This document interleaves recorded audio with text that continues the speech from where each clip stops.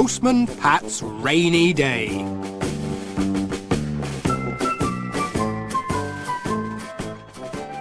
What a nasty day, said Pat. He was driving his post office van along Greendale, and it was raining. It had rained and rained for days and days, and it seemed that it would never stop. It rained so hard that the drops bounced off the road and made big puddles. The rain banged on the roof of the van and rattled on the windows. In the fields, the sheep huddled behind the walls. Jess looked out at the rain with drooping whiskers. He hated wet days. "What a day," said Pat. "It'll be wet letters and wet everything." It was still raining when he reached the village post office. "What weather," said Mrs. Goggins, "and just look at these letters." She had a warm fire in the back room, and she had clipped the letters to string washing lines to dry. "Imagine them getting so wet, just being posted. I don't know what people do with them. And then the ink starts to smudge, and you can't read the address.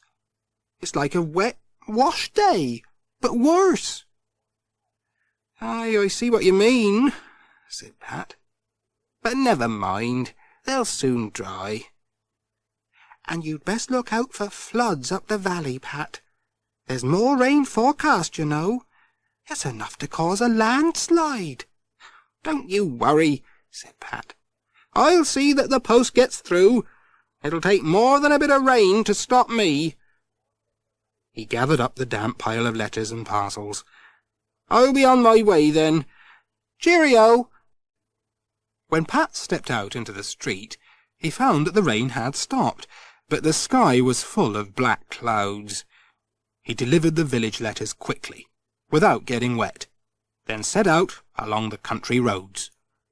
Splashing through deep puddles, squelching up muddy tracks, and splodging through farmyards deep in mud, Pat was on his way. But who was this, standing at the roadside, soaking wet and covered in black mud? "Good heavens, it's Peter Fogg," said Pat. "But whatever's happened to him?" He stopped to find out. "This is blooming rain," said Peter. "My old tractor's bogged down in the bottom meadow. It's half flooded down there. Then I slipped in the mud up to my ears." "You look as if you've had a bath in it," said Pat.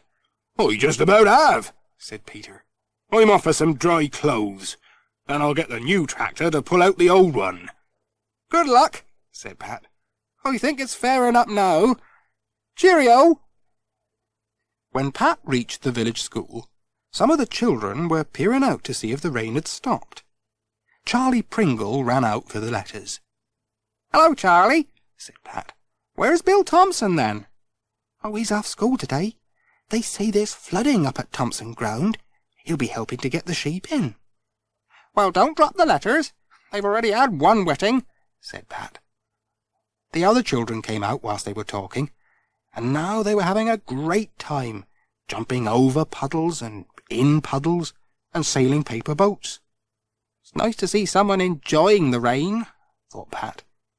But time was getting on, and he must be on his way.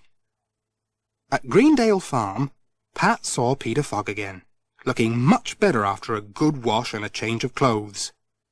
Peter showed Pat Mr. Pottage's new tractor, with its bulldozer blade fitted. "That'll shift anything," he said. Pat was impressed. The next call was at the church. The Reverend Timms was having trouble with rain too. "Good day, Pat," said the Reverend. "The rain rains on the just and the unjust." "Good heavens," said Pat. There were buckets and bowls and basins dotted about all over the church, with water dripping into each one. The drips kept falling in different places, so that the Reverend Timms had to keep moving the buckets and basins and bowls to catch them. He was dodging about all over the church, trying to keep up with the drops. The church roof isn't what it was, he said. I think we will have to have an appeal. I'll ask Ted Glenn to bring his ladders and have a look at that roof, said Pat. He'll be able to fix it, I'm sure. Oh, thank you, Pat. That would be a great help. Just leave the letters on the pulpit. There are no drips there. Goodbye. Goodbye, called Pat. Just along the road, Pat met Sam Waldron with his mobile shop. Take it steady, Pat, said Sam. The roads are flooding further up the valley. Oh, the old van'll get me through, said Pat. He stopped to chat for a few minutes and bought a bunch of bananas from Sam. Jess was glad to stay in the van to keep out of the wet. He put his head out of the window to see what Pat was doing. A large raindrop fell right on his nose and made him sneeze. Poor Jess. They were getting into the hills when they saw Mrs. Thompson standing in the road, waving them to stop. "Hello, Mrs. Thompson. What's going on?" said Pat. "There's terrible floods in the top fields, Pat, and the water's brought tons of earth down and blocked the road. Come and see."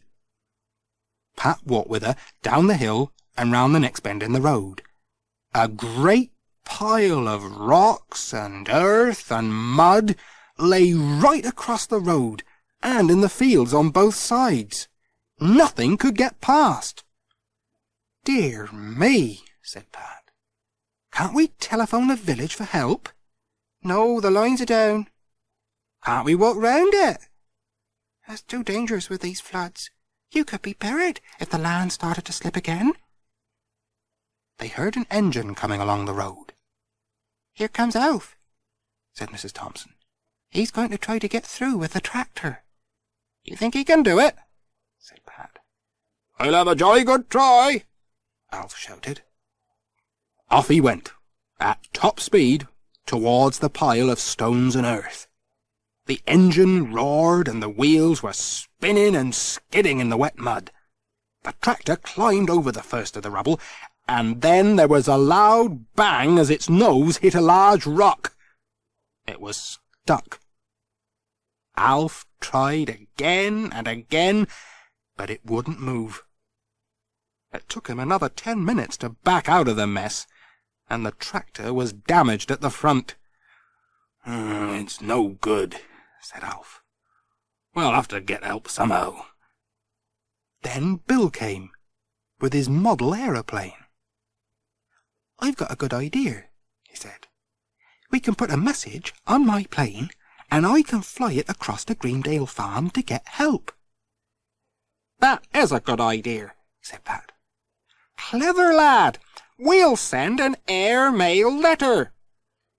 So Pat wrote a note. "Road blocked at Thompson Ground. Please send help. Pat." He tied it to the plane with a bit of Alf's binder twine. Bill stood on a little hill, where he could just see the distant chimneys of Greendale Farm, and twiddled his radio controls. He started the engine, and the aeroplane flew up into the sky. Bill steered it carefully, and it flew away towards Greendale Farm. "Away she goes!" cried Pat.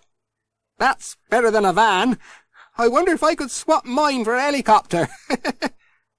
"I think it's landed now," said Bill. The Thompsons went off to see to the sheep, whilst Pat sat on the wall to wait. It seemed ages since the plane had gone. He was just thinking it must have crashed, when he heard a powerful engine coming up the road on the other side of the blockage. It was Peter Fogg, on the new tractor with the bulldozer blade. "Got your letter?" he shouted. He drove into the rubble. The bulldozer blade pushed the earth and stones to one side of the road with a loud grinding and screeching of metal and stones and earth. The huge wheels bit into the ground and pushed the tractor forward. He was through. "Thanks, Peter!" shouted Pat. "Right you are!" shouted Peter. When Sam Waldron came along in his mobile shop, there was just enough room for him to get through. Pat followed in his van. He was glad to be on his way again. Pat called at farms and houses all along the valley, delivering letters and cards and parcels. He told everyone he met about the landslide at Thompson Ground and how Peter Fogg had come to the rescue. When he saw Ted Glenn by the road, mending a wall, he remembered something else, and stopped to talk to him. "Can you go and have a look at the church roof, Ted? The Reverend has the church full of buckets." "I'll pop along when I finish this wall," said Ted. "Bloomin' rain makes no end of work." Miss Hubbard came past on her bike. She was on her way to choir practice. "I'd turn back if I were you," said Pat, "or you might have to swim home." "Swim?" said Miss Hubbard. "It'll take more'n the drop of rain to stop me." And on she went. "I'll be on my way too," said Pat. "Cheerio!" As Pat wound his way along the valley, it looked like rain again. But there was a warm fireside to look forward to when all the letters had been delivered.